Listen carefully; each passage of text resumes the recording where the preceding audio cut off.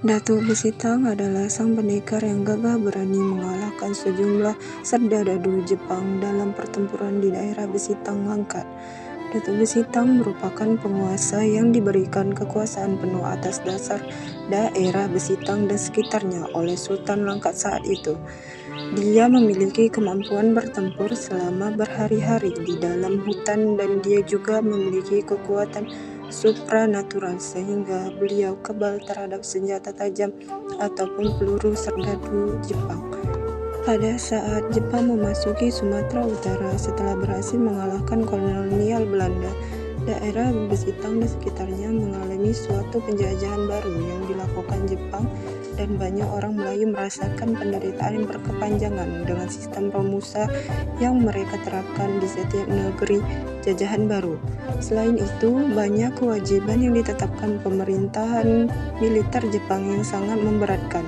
Bahkan salah satunya keharusan Seikeri memberikan hormat dengan menundukkan kepala dan badan mirip gerakan ruku saat sholat.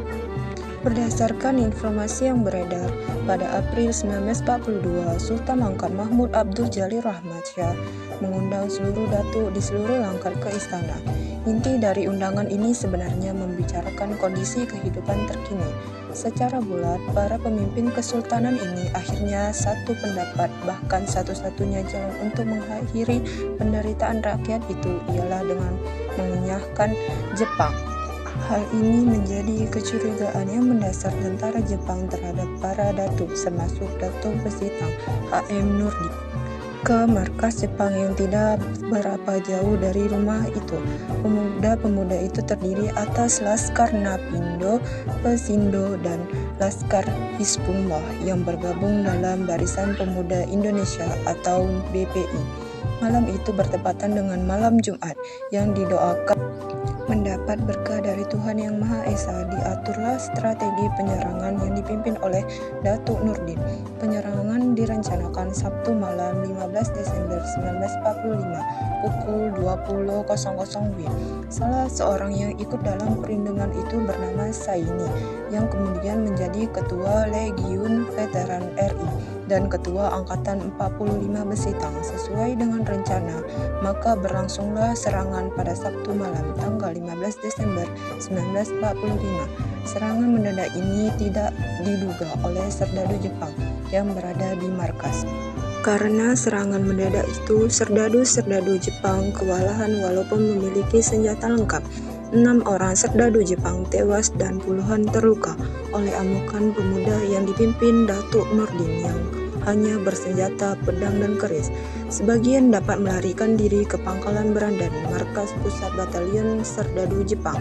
Di sana kelihatan betapa perkasanya Datuk Nurdin yang sudah berusia 80 tahun menaklukkan serdadu-serdadu Jepang itu dengan tangan hampa. Sayang, dalam setiap pertempuran selalu ada pengkhianat.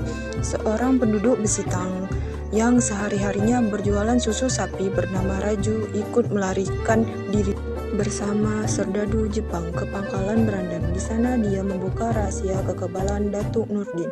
Datuk Nurdin tidak akan mempan peluru selagi kakinya menginjak tanah, kata Raju. Setelah pasukan Jepang yang bermarkas di stasiun kereta api ditumpaskan, para pemuda membubarkan diri dengan membawa senjata rampasan. Datuk Nurdin juga pulang ke rumah istri pertamanya di Arlo, Kampung Lama. Namun beliau tidak beristirahat tetapi melaksanakan sholat tahajud dan berzikir.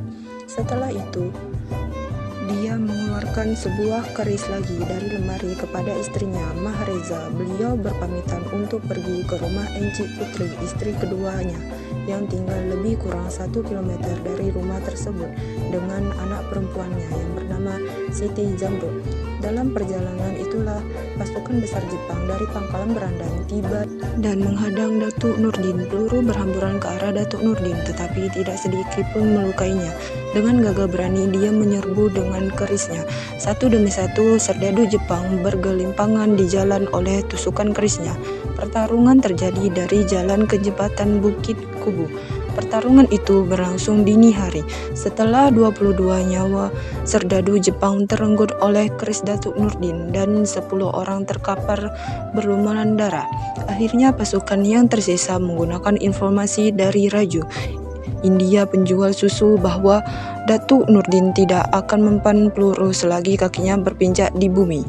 Dengan terburu-buru mereka mengambil jaring yang telah disiapkan dalam truk dan beramai-ramai melemparkan jaring itu ke tubuh Datuk Nurdin. Akhirnya serdadu-serdadu itu dapat mengangkat tubuh Datuk dari tanah serta dapat mengikat kedua tangannya. Tubuh sang datuk tergulai, lalu para serdadu melemparkan jasad sang datuk ke sungai di jembatan Bukit Kubu itu. Air sungai menghanyutkan jasadnya dalam jaring dan tangan terikat. Jenazah dimakamkan di belakang rumahnya secara sembunyi-sembunyi karena khawatir serdadu Jepang akan datang lagi. Makam keluarga Datuk Besitang berada di lingkungan Masjid Datuk Johan Pahlawan.